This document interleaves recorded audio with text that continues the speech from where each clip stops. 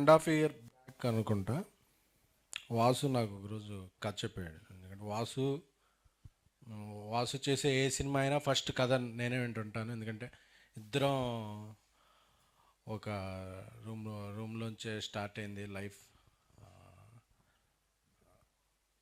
వాసు ఏంటంటే మధ్య ఎందుకంటే తనకి స్టోరీ సెన్స్ మీద, అందులో ఉండే ఎంటర్టైన్మెంట్, ఎడిటింగ్ అన్నిటి మీద గ్రిప్. ఎందుకంటే ఒకరోజు మ్యూజిక్ డైరెక్టర్ రాకపోయినా ఆయన మ్యూజిక్ చేసేయగలడు, ఓ రోజు డైరెక్టర్ ఏమన్నా సిక్ అయినా ఆ రోజు డైరెక్షన్ చేసేయగలడు, ఓ రోజు ఎడిటర్ రాకపోయినా ఆయన ఎడిటింగ్ చేసేయగలడు. ఎందుకంటే ఎవరు రాకపోయినా పని అయితే జరుగుద్ది, పని ఆగదు. ఎందుకంటే ఆయనకి అన్నిట్లోనూ గ్రిప్ ఉందన్నమాట. సో అలాంటి వాసు చేసిన ఒక 2-3 సినిమాలు కోవిడ్ టైంలో సరిగా అంచనాలను అందుకోలేదు. అంచనాలు అందుకున్నప్పుడు అందరూ కూడా ఇంకా వాసు అవుట్డేట్ అయిపోయిందేమో అతని కంటెంట్ ఇది అని విమర్శకులు అనేవాళ్ళు. బట్ దాన్ని తను ఛాలెంజ్గా తీసుకుని ఒకరోజు వచ్చి చెప్పాడు, అరే నేను మళ్ళీ ఒక సినిమా కొత్త వాళ్ళతో తీసి గట్టిగా కొడదామని డిసైడ్ అయ్యానరా, ఆ ఎఫర్ట్ అయితే పెడతానరా, నేను మళ్ళీ నేను కథను ఎలా నమ్ముతానో ఒక డైరెక్టర్ అయితే నచ్చాడు నాకు అని చెప్పి మనోడు వచ్చి కథ చెప్పాడు. ఆ రోజు చెప్పినప్పుడు మన ఇద్దరం కలిపి ప్రొడ్యూస్ చేద్దామని చెప్పాడు. సరే అని చెప్పి కథ అంటే నాకు కథ చాలా బాగా నచ్చింది. చాలా బాగా నచ్చింది. నచ్చితే లేదు వాసు ఇది బాగుంటుంది, ఎందుకంటే ఆ రోజు ఆ కథని ఈ విధంగా వస్తుందా రాదా అని చెప్పి ఎవరికీ నమ్మకం లేదు. బట్ వాసు ఈ కథను చాలా బలంగా నమ్మి అలా స్టార్ట్ అయింది. ఆ తర్వాత బేబీ రిలీజ్ అయింది, నేను హిందీ వెళ్ళటం, అలాగే తను ఈ సినిమాలో మూవ్ అయ్యాడు. వాసు ఫస్ట్ నుంచి ఒక కాన్ఫిడెన్స్గా ఉన్నాడు. కాన్ఫిడెన్స్గా ఉండి ఫస్ట్ కలిసింది నాని నితిన్ గారిని ఒక హోటల్లో కలిసి, ఇలాగా కథ ఉంటుందండి, దీంట్లో హీరోయిజం ఏమి ఉండదు, బట్ అన్ని క్యారెక్టర్లు ఇలా బాగుంటాయని చెప్తే ఆయన ఒక్క మాట కూడా ఇది చెప్పకుండా లేదని నేను చేసేస్తాను, నాకు మంచి కథలు రావాలంటే, అంతేకాని ఇందులో యాక్షన్ అలాంటివి నాకేం ఇష్టం లేని, కథలో నేను ఉండాలి తప్ప కథ నా చుట్టూ ఉండకూడదండి అని చెప్పి చాలా. ఎందుకంటే యంగ్స్టర్స్లో అలాంటి ఆలోచన సరళ అనేది ఉండటం చాలా మంచిది, కథలకు మంచిది. ఎందుకంటే మంచి కథలు వస్తాయి, వాళ్ళు ఉండే సినిమాలు మంచిగా ఆడతాయి. సో అందుకే ఇప్పుడు ఆయన లక్ ఏదో అంటే నేను నమ్మను, ఆయన ఆలోచించే విధానమే ఆయన సక్సెస్. ఎందుకంటే ఇలాగ నేను కథలో ఇలా ఉండాలి, కథలనే చెప్పాలి అనుకోవడం. ఎందుకంటే ఇప్పుడు చాలామంది కథలను చెప్పాలనుకోవట్లా, సో కథను చెప్పాలనుకోవడం ఆయన సక్సెస్, కథలు ఎమ్మిడిపోవటం. సో ఆయనకి ఇలాంటి విజయాలు ఎన్నో, మరిన్ని విజయాలు రావాలి. సో ఇక ఈ కథకి మంచి ఒక ముగ్గురు ట్రయో వాళ్ళ మధ్య ఉండే బ్రొమాన్సే ఈ సినిమా. సో రొమాన్స్ అన్నా అండి, మీరు నవ్వుతుంది అంటే మీరు ఆటగాడు కాబట్టి అది రొమాన్స్లో అనిపించచ్చు, కెమిస్ట్రీ అది అంకిత్, కసిరెడ్డి ముగ్గురు వాళ్ళ టైమింగ్ బాగా కుదిరింది. సో వాళ్ళు టైంకి సెట్కి వచ్చారో లేదు తెలియదు, కానీ టైమింగ్ అయితే మాత్రం బాగా కుదిరింది. సో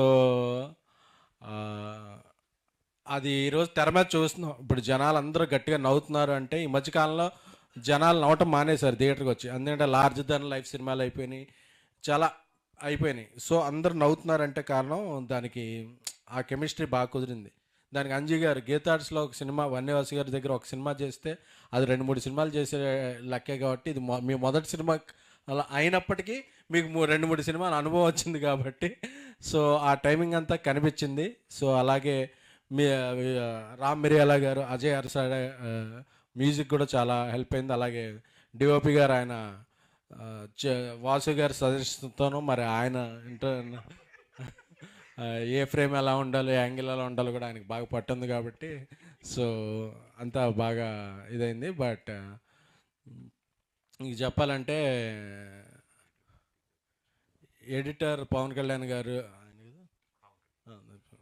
ఎడిటర్ పవన్ కళ్యాణ్ గారు ఇప్పుడు ఆ పేరు ఎక్కడున్నా ఒక వైబ్రేషన్ అనుకోండి. సో అదే ఇప్పుడు నైన్ సర్కా గారికి కూడా ఒక మంచి విజయం సాధించింది. ఎంత ఇదంటే ట్యాంక్స్ మీట్లో రావాలన్నా ఇంకో బిజీ అయిపోయారు, అంత అంటే హ్యాపీ. సో అలాగా ఇప్పుడు ఇంకా అందరు ఆర్టిస్టులు, కసిరెడ్డి గారు కూడా మొన్నటి వరకు స్టేజ్ మీద ఉండేవాళ్ళు ఇప్పుడు వాయిస్లో కనిపిస్తున్నారు. సో అందరూ ఒక విజయం, అందరికీ అంత సక్సెస్ అవుద్ది. అరవింద్ గారు కూడా ఇంకా నేను లేకపోయినా సినిమా మాట్లాడుతుందిరా మీరే చేసేయండి అని చెప్తున్నారు. సో అలాగే తొలి విజయం సాధించిన ఇంకో ప్రొడ్యూసర్ విజయ్ గారు, అందరూ అంటే ఒక హెల్తీ అట్మాస్ఫియర్ ఉంది. అంటే ఒక సక్సెస్ అనేది ఎంత ఇది వస్తుందంటే మొన్నటి వరకు మాట్లాడుకున్నాను. మలయాళంలో ఒకే నెలలో ప్రేమలో వచ్చింది, మంజుమల బాయ్స్ వచ్చింది. అరే తెలుగులో రావట్లేదు ఏంటని సోషల్ మీడియాలో కీబోర్డ్ కొట్టేసుకున్న వాళ్ళందరికీ మనకి వచ్చి రోజులు వచ్చాయి బాయ్. మొన్న కమిటీ కుర్రోళ్ళు వచ్చింది, ఇప్పుడు ఆయి వచ్చింది. అలాగే ఈ నెలలో ఇంకా రాబోయే రోజుల్లో మంచి మంచి సినిమాలు వస్తున్నాయి. అంటే ఒకే నెలలో అంటే ఒక 2 పెద్ద సినిమాలు ఆడటం విశేషం కాదు, కానీ స్టార్స్ లేకుండా కథే స్టార్గా 2 సినిమాలు ఆడితే మళ్ళీ ఇండస్ట్రీకి మళ్ళీ ఒక ఇది స్టార్ట్ అయినప్పుడు అందుకని మనం ఎప్పుడు వేరే లాంగ్వేజ్ సినిమాలు చూసి అబ్బే అనుకోకర్లేదు. సో టాలెంట్ మన దగ్గర చాలా ఉంది. సో అలాంటి సినిమాలు వచ్చినప్పుడు మన ఆడియన్స్ ఇంకా బాగా ఆదరిస్తారు. ఎందుకంటే సింగిల్ స్క్రీన్ కల్చర్ మిగతా స్టేట్స్లో అంత ఉండదు, కానీ మనకి చాలా ఎక్కువ. సో ఆ సింగిల్ స్క్రీన్లో ఆడియన్స్ ఎంత ఎంజాయ్ చేస్తున్నారు, మల్టీప్లెక్స్లోనూ అంత ఎంజాయ్ చేస్తున్నారు. సో ఈ సినిమాలో ఉన్న ఎన్నో సన్నివేశాలు బన్నీవాసి గారు, మన అంజీ గారి నిజ జీవితంలో జరిగిన సన్నివేశాలే. సో అందుకనే అంత బాగా తెరకెక్కినాయి.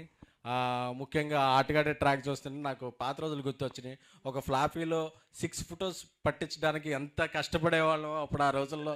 అసలు ఆ కష్టాలన్నీ గుర్తొచ్చినాయి. ఇంకొక 10 రూపాయలు ఇస్తాను 7వ ఫోటో ఎక్కించరా అన్న, లేదు సార్ స్పేస్ అనేవాడు. ఆ రోజుల్లో స్పేస్ కష్టాలు అలా ఉండేవి. సో ఆ సినిమా చూస్తుంటే ఆ రోజులన్నీ గుర్తొచ్చినాయి.